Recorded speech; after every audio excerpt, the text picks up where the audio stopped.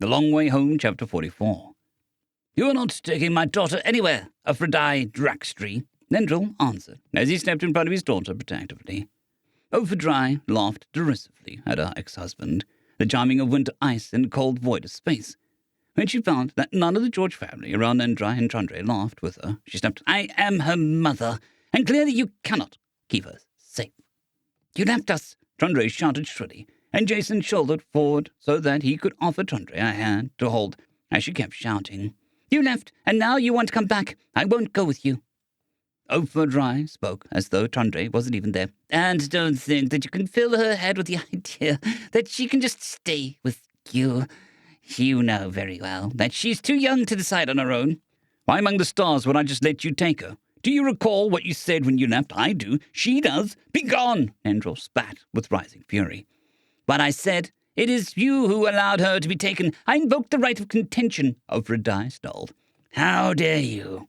Iris asked softly. Softly, like the sound of a near-sea cannon spooling. Softly, like the sound of a blade being drawn. We are barristers and lawyers, and there's a magistrate on station. Let's get this started out.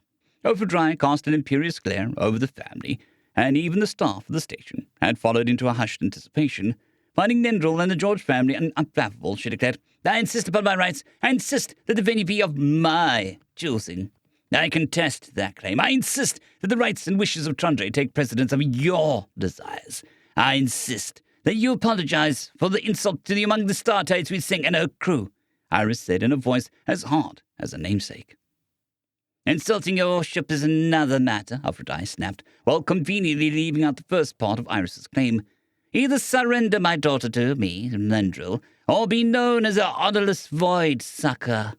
The odd-looking travellers and stationers gasped at the obscenity, and those who didn't know it for what it was caught the mood of those who did. I contend your claim, Nendril said, with no less fury than his last heated words, which is also my right. Will you be so dishonourable to draw blades with a woman? Even you have more honour than that. Bridget shouldered forward and stood in the open space between Aphrodite and Nendril with her arms crossed and her feet planted. Here stands his champion. Here stands Chandra's champion. Draw blades, if you dare. Bridget was a short woman, even as Terrans account things, and like most other Xenos, Aphrodite likely found humans adorable. She had strawberry blonde hair in a thick braid past her waist, wore her navy dress whites, and she had a face made for motherly smiles. That face was set in a furious scowl, and her grey eyes flashed with heat. But Aphrodite sneered like she had been accosted by a fluffy squirrel. You shall draw blade? You? No, I'll simply beat some sense into you, Bridget said levelly, as she bounced on her toes and rolled her shoulders in preparation. You came here intending to force a duel. You came here intending that without a man to face Nen in that duel, to leave him the only honourable choice to surrender. This is your last chance. Back down or be cast down. If I didn't know your father would never approve of this, Lawrence said with a calm of racking rifle, I would go and call him to account for this. Your lover, on the other hand, Maxwell growled with open anger. If I checked the station's registry for the let the riches fall into our grasp, would I find the good Captain Yornvex did accompany you and can be held to account? Your doctor, Aphrodite blurted out, pointing at Bridget, as if that was somehow relevant, as if there weren't other women just as willing to do exactly the same thing standing behind her. It just so happens, a wizened but still clear voice called out from the entryway from the embarkation area. I wished to visit the wee sing and am here to oversee any duel. I remind you that the shedding of blood is meant to be the last extreme to resolve an intractable conflict. The desire to you choose your own venue to hear the case is not cause to insist upon such a right. It is improper. Improper or not, I do insist, Aphrodite snapped at the magistrate, an act so rude even Iris went snack-jawed in pure shock. So be it. Have at thee, Bridget cried, and Aphrodite just had enough time to draw her 4 ceremonial blades, and eyes went to widen in shock before she recalled that humans were heavy wielders, and the station was set to what Jason thought of as light-world gravity, but most of the people in civilized space called standard gravity. her scabbarded ceremonial saber, worn with her dress whites, made a whistling sound before it cracked across Ophelia's left ankle, and she was sent sprawling to the station deck. Aphrodite's blades clattered as they all four spun away from her grip, as Bridget planted a boot upon her upper and lower shoulders, and the larger star-headed woman was reminded that in addition to being stronger than they looked, humans were heavier than they looked, at least according to Lightwielders. Bridget put a weight on the opponent as she tried to scrabble for purchase, and the saber rang out as she drew it from the scabbard. "Yield," she commanded. "I shall not," Aphrodite spat, and Bridget tossed the scabbard to her husband and used her freed left hand to seize Aphrodite's thick, dark braid. "Yield, I say, or I shall sunder your honor," Bridget snarled, as she put the blade of her saber at the base of her opponent's braid. "You wouldn't Aphrodite began, but before she could finish her defiance, Bridget drew the saber through the braid and held it aloft in her fist. Aphrodite shrieked in wordless horror. "Why do all my sons marry hotheads?" Iris grumbled under her breath. Jason caught Lawrence whispering and replied, "They take after their father." That earned him a scowl from his wife. He returned with a smug grin. "That settles the question of venue," the magistrate sighed before he cast a disapproving glance on Bridget, before he told her, "You could have forced the yield. I know well that your navy teaches some very effective joint locks." "I won't go with her," Trundray piped up, and Jason flashed her an encouraging smile. "It doesn't matter what you or any of the other magistrates say. I won't go. I pledge my honor to follow my cousin, Jason." "You look like you are still too young to be past your halfway," the magistrate answered seriously. "You can still forswear such a pledge." "I will not forswear, and nobody can make me." "Well, then," the magistrate said with a grave bow in his head before he addressed Aphrodite again, "do you wish to continue pursuing this case? I tell you now that choice of venue lies with—" He searched the crowd for a proper party, and Nendril stepped forward. "Me," he said, "and I say the case shall be heard by the first magistrate available to sail aboard the We Sing with us." The spectacle concluded, the murmur of activity slowly rose around them, though Jason caught snatches of questions from the curious about what they'd just witnessed. He had always been aware that the people of the nations that the Starsetters traveled through know little of their customs, except when it comes to trade and commerce. But it did always throw them for a loop when something he understood implicitly required explanation. He didn't spare that much attention, though, or thought he didn't. Whatever he thought, his ears picked at any mention of the party, and he ran his eye over the people as they broke up and went back to their business in search of hidden treats. He was aware of his pity for Aphrodite, who lay sobbing on the deck. It surprised him. He wholeheartedly believed that she deserved to be shamed to her bones for trying to trap the man she had broken wedding vows with in the cleft of his own honor, but that didn't stop the pity from rising. Something to think about later. But as he watched the magistrate struggle to bend down and draw her to her feet, and inquire about whether she wishes to press a legal claim or not, "If you're going to pick fights," Vincent muttered as the Georges began to make their way back into the Weesing, "you should at least be good at fighting." "Jason, Jan," Vi began, questioning from her wheelchair, while Lawrence and Iris stayed to speak with the magistrate and the still weeping Aphrodite. "What just happened?" Jason began by explaining the right of contention and its role in setting and managing ongoing disputes, and explaining that it was the beginning of the legal process of informing the other party that they were in a legal dispute, rather than a normal one that would be talked out or ignored. He explained that the next step would have been a hearing to choose venue and decide where Trundray would go in the meanwhile. But Aphrodite likely wanted to choose a magistrate she could influence somehow, or thought the one on station here would not decide the way she wanted. Jason then explained that even though Aphrodite had divorced Nendril, she has certain rights to custodial time as a mother, and by insisting on those rights while custody was under contention, the only response Nendril could make to stop her was to accept the insistence and fight her champion. Only she hadn't brought a man to be her champion. Then Jason explained that men can be championed by women, and he didn't know why Aphrodite didn't think one of the women in the family would gladly fight for his uncle Nendril, all without once touching on the events of the divorce. "That's all right," Trundray said, as they at long last found themselves getting into his sofas or chairs borrowed from the dining nook in the front of the Jason's parents' quarters. "But it's not a whole story. I told Cadet." When he was named, Cadet clicked his beak and nodded fiercely in outraged agreement. "About this because he told me about his mom. My mom left because she never loved my dad. She said so when she did. Jason gave her hand a gentle squeeze, and she visibly steeled herself before she continued. She said she never wanted me either, and her new man had at least owned a ship. Then why all that? Vi asked innocently. Because she's like my mum, Cadet growled darkly. She thinks she can get something out of a Tran now, so all of a sudden she wants her. That's the size of it, Jason sighed. Jason, Nendril said, and with a scowl, Aphrodite has said some foolish things and done hurtful things, but she's still Tran's mother. Yes, Uncle Nen, Jason sighed again. I know that. Daddy, Trandre said seriously, I don't mind if I never see her again. I don't want to talk to her until she apologizes to you for today. Nendril smiled down at his daughter and asked, Where's the shy little girl I knew a year ago? She made friends, Trandre answered, as she returned Jason's squeeze and put a hand on Cadet's shoulder, reached out to grasp Vi's hand, and with her last hand accepted Isis Magdalene's, while she included Vincent with a warm smile. And they helped her be brave. They fell into chatter about more pleasant subjects after that. They discussed everything, from the impending deployments to the latest entertainments that the cousins had shown the children. But the whole time, Jason found his eyes flicking to the bulkhead door. He might have thought about it that, except his attention was on the conversation. Eventually, they all went to the crew dining room for a feast prepared by the galley master herself to celebrate the oaths given and heard that day. It was resplendent, of course. Terran favorites like prime rib and roasted chicken, sweet potato with bacon bits, asparagus with Romano cheese, peaches with cream, and many more alongside Xeno dishes like grilled barat, a poultry bird with a distinctly savory, fatty taste, noun pudding, and a sweet and spicy dairy dish, and more beyond count. With nearly an eighth of the galactic spiral arm to choose from, variety that everybody could enjoy wasn't so hard to come by. They made merry, they ate heartily, and those old enough drank to their heart's content.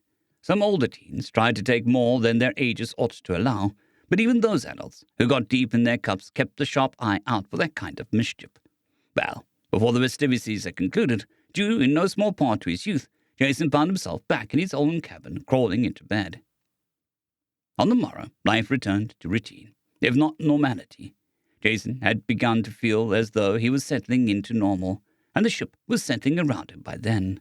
He didn't quite fit the space he'd returned to, but then again, he wasn't the same as he was. He supposed that he had changed, or perhaps grown, and he'd hardly noticed that his place aboard the ship had grown to fit him too. His hours were still filled with study, exercise, training, and visiting Vi in the recovery room, or as she worked in physical therapy. And he hardly noticed when the Among the Startides We Sang cast off on Thursday, a day later, until he stopped by one of the many viewports of the crew quarters deck to appreciate the swirling colors of the hyperspace sea colliding with their reality bubble on his way to the counselor's office. Once in Dr. Alison's office, he found the woman on her feet waiting for him. She gestured to the chairs, and he took the seat, and she asked, "The same chair?"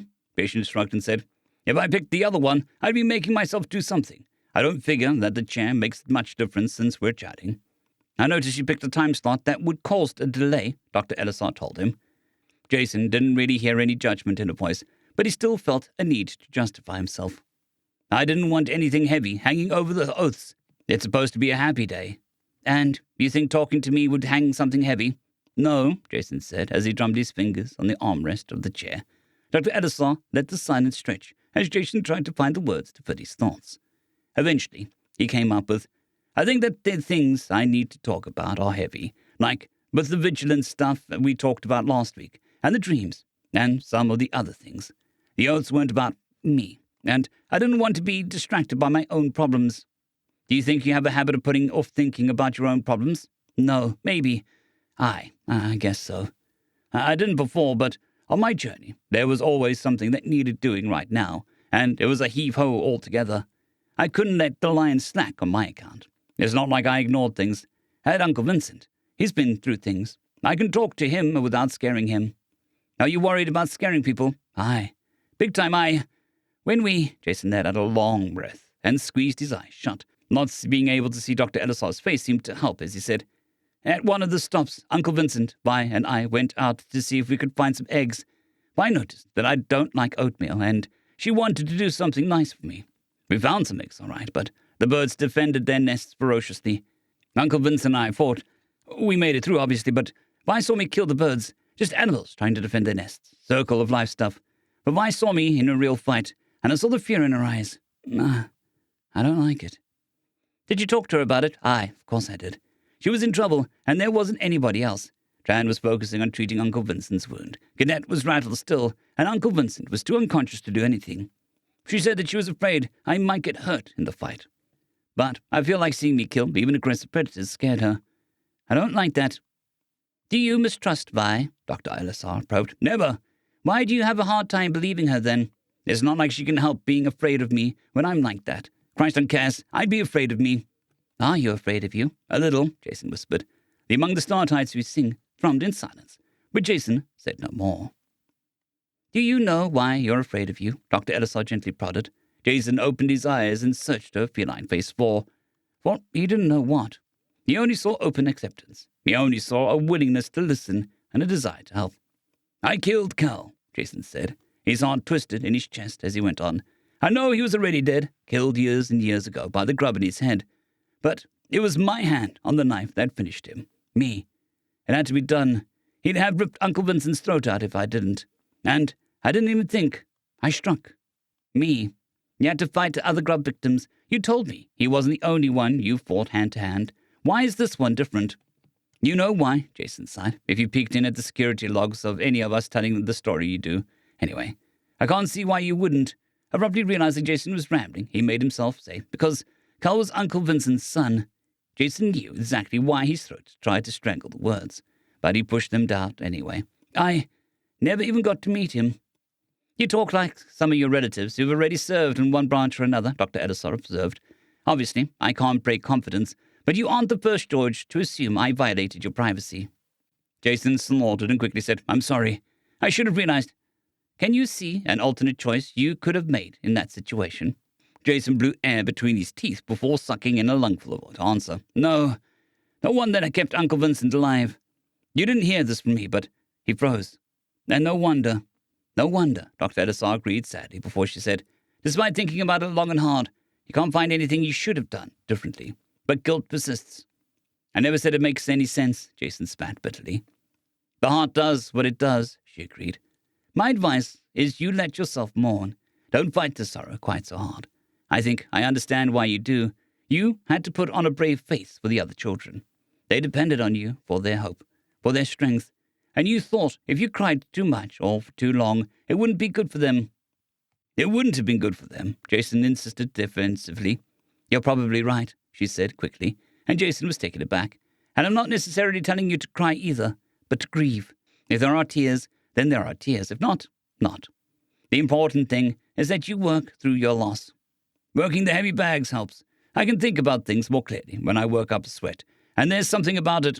You're a fighter. And it makes you feel like you're facing the problem the way you were made to. That's it, Jason said. It's just that one hurt so much. It took Uncle Vincent coming in to tell me a few things, like I did the right thing. Like he was sorry for freezing. That I deserved to keep the knife he gave me, Jason shrugged, as if to shift the weight. Do you believe him? Aye. With my whole heart. And that helps some. It's just... Jason reached out as he could pick up the words out of the air.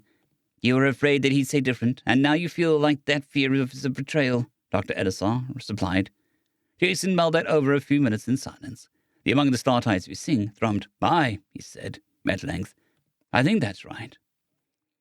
The scratching of Dr. Elisar's pen in her leather-bound notebook filled the air before she said, Forgive the change of subject, but last week you said something about a stupid nickname.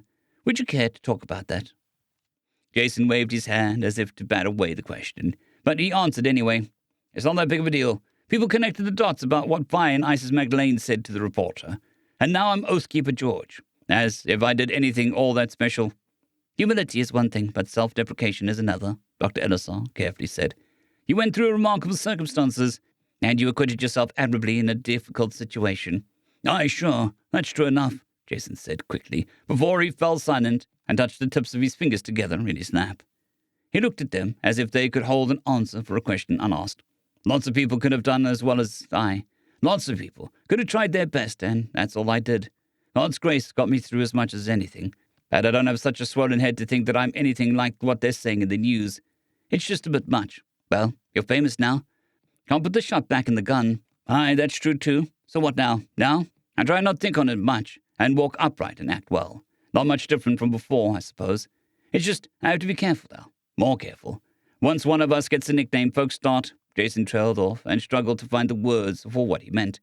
thinking they ought to look up to us. I just wanted to be a kid longer, is all. At least here. And on other clan ships, our ones anyway. I'm still just Jason, but I can't hide in the crew quarters forever." "You sound resigned," Dr. Edison noted. "I knew it'd happen eventually, sooner or later. George does something anybody else would do, and folks decide that he's or she's a hero. I hoped I had more time, is all." Dr. Elisar studied Jason with her amber eyes for a moment before saying, "All right. Now I'll tell you what I think." She spoke on, outlining her thoughts and recommendations. It wasn't anything Jason hadn't thought himself, or wouldn't have thought. For the most part, well, some of her ideas he would have come to eventually. It mainly had to do with keeping into a routine he established, of not postponing thoughts about his journey for later, and reminding himself that he was home and no longer responsible for getting other children home. One thing she suggested that he admitted he wouldn't have thought of, though he should have, was journaling. She even unveiled and promised that he would use a pen and paper journal daily for at least 2 weeks. Strangely, she left how it was used up to him. The events of the day, stray thoughts, short stories, drawings, poetry, or whatever else you want. It's your journal. You decide what it's for. "Then I suppose you'll be checking my homework," Jason grumbled. "If you want, or not, if you want," Dr. Elisar reassured him. "It's up to you." Vincent's participation in the merrymaking was as limited as the chief's, except for his stamina. Paradoxically, he was physically able to stay at the feast until the wee hours of the morning, but he had been wanting his bed and privacy for hours before he finally made his farewells. He did find himself tempted by the wine and beer that flowed fairly freely, but nobody was so inconsiderate to offer him alcohol, let alone try to insist. However, just because he didn't drink didn't mean that there were no consequences. He fell into a food coma and slept most of Wednesday away, and when he dragged himself from his bed at noon, he still felt exhausted. Of course, Rose didn't miss the chance to tease him for being a layabout, and he tried not to be envious of her seemingly boundless energy. He could hardly blame her morning person nature for his current predicament. He shouldn't have eaten a third steak. Her cheer did infect him eventually, and by the end of Wednesday, Vincent had recovered. By the time they'd pushed off on Thursday, Vincent was spending some time helping out in the moving supplies for the staff running the passenger area, and the crew staffing the engineering spaces both. It made him feel like he was part of making the ship run, and he liked having the feeling once again. However, he did still find time to visit Vi as she kept up with her struggle to be discharged from the tyranny of the medical staff, as well as help Cadet with his studies. The boy had a fine talent for math, unsurprisingly, since he had a pilot's aptitude. He showed less aptitude with grammar, and if there wasn't a void-point battle history, bored him to frustration. However, he was severely behind for his age, which they'd medically determined to be 10 years old. But he had the education of a second grader the way the Republic accounted things, and according to Helen George, Cadet wouldn't have passed her first-grade standards for the children aboard among the Startides we sing. That had been a blow to Cadet's pride, no matter how gently she'd put it. For the most part, a steady hand of encouragement was all Cadet needed for his determination to overcome the frustration of boredom. By Friday, however, they weren't eating their dinner in the crew dining room anymore. Rose had apparently decided that they were invited to dinner daily, and after his first taste, Cadet accepted that invitation before Vincent had anything to say on the matter. Vincent let it ride. After all, he agreed. By the next Wednesday, Vincent was feeling quite at home and was starting to look forward to a promised movie night in the crew dining room and the weekly meeting of an onboard sobriety group. They weren't exactly anonymous, but the rest of the ships respected their privacy.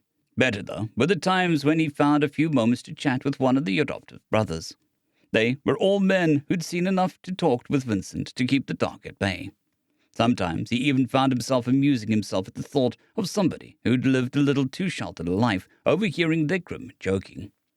He was chuckling to himself at such an imagined encounter when Isis Magdalene fell into step beside him. They walked along the corridor together in silence for a time. If she wanted to talk, she'd say something. She did want to talk, as it turned out. "Vincent," she began, but she fell silent again. Vincent slowed his pace, and she shot him a small, grateful smile. "Vincent, I recall we spoke on the shore of a river once." "We did. I said I'd be here for you, if you could be patient with me.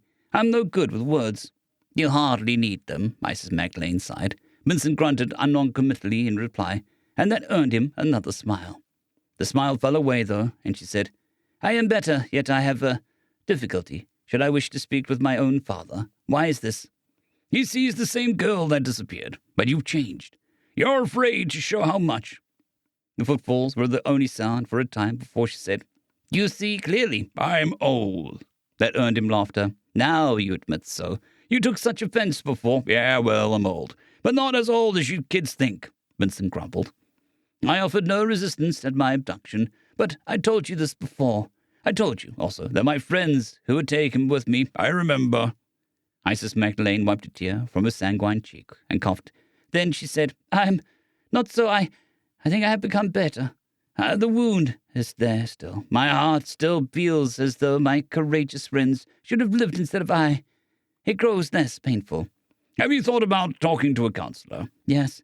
I think I shall when I return home. That is the other thing I must speak with you about. I shall depart soon, sooner than I should like, and I cannot find the courage to speak of it with Vi or Tran or Cadet or even Jason. I thought my courage had grown, but I am meager still." "Little lady," Vincent said, "I'm glad I got to meet you." Isis Magdalene's face contorted with the effort of trying to hold back tears as he continued. "So you don't want to say goodbye? Of course you don't. We love you and it'll hurt to see you go. You and us. You know that. You're a clever girl. You can find the courage, though. You're mightier than you think." "Blunt," Isis Magdalene said before she threw her arms around Vincent's middle in a fierce and decidedly unaristocratic hug. "But true, I think. Where can I find the courage?" "It isn't forever, little lady. Goodbye is only until we meet again. Talk to your dad. I think he'll surprise you. You're a daughter any father can take pride in." Isis Magdalene didn't try to hold back her tears. However, Vincent didn't detect any signs of making farewells, or even preparing to make them for the next few days. But he did note a difference in Isis Magdalene when they chanced to be together. He supposed that she must have spoken to her father about whatever it was that was troubling her, because she stood up a little straighter. From what he could tell, the chief was doing better too, and he figured that he was seeing one of the counselors. He'd thought about going himself once or twice, but he thought that he had a handle on things. He promised himself that if he found himself with a strong desire to run to the bottle, he'd pick an office at random.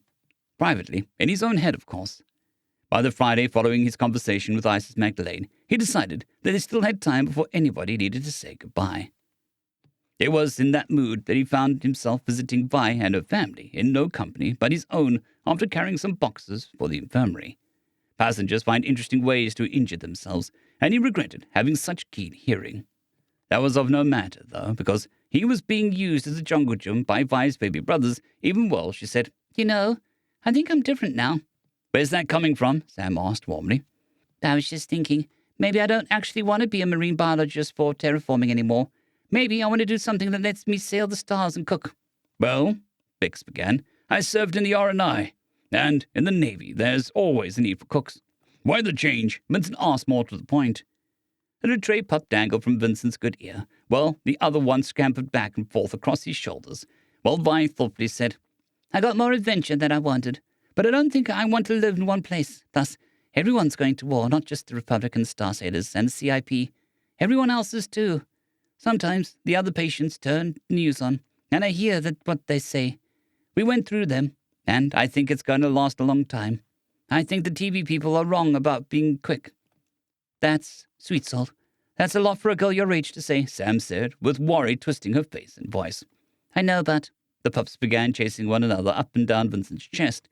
"Mama, I saw what they do. I saw what it takes to fight them. I did my best, but Jason and Mr. Vincent did all the fighting. It's like that in a war. Not a lot do the fighting, but they need help from everyone." "You're a Stormborn," Bix declared, and Vi's ears practically vibrated with embarrassment. "Pa," she muttered, as she hid behind her hands, "don't be silly." "I am one too, you know," Bix said, and Vincent blinked in confusion. "A Stormborn is somebody who stands tall in a storm," Sam helpfully explained. "It doesn't have to be a literal storm." "Sweetie," Vincent said, "I've heard the chief tell you that you're brave, and I don't know why you won't believe him. You are. Not all bravery is for fighting, and you held us together with more than just your cooking." Bix gave his wife a serious look and said, "You're right, sweet salt. There's a call. I have to answer it, too. Sam, I'm going to re-up. If my knees med-check me out, I'll insist on retraining for another MOS in the R&I. "If we fight hard enough," Sam said sadly, as she reached across the hospital bed to hold her husband's hand. "Maybe our little Stormborn will be wrong." Something inside Vincent twisted in agony. End of chapter.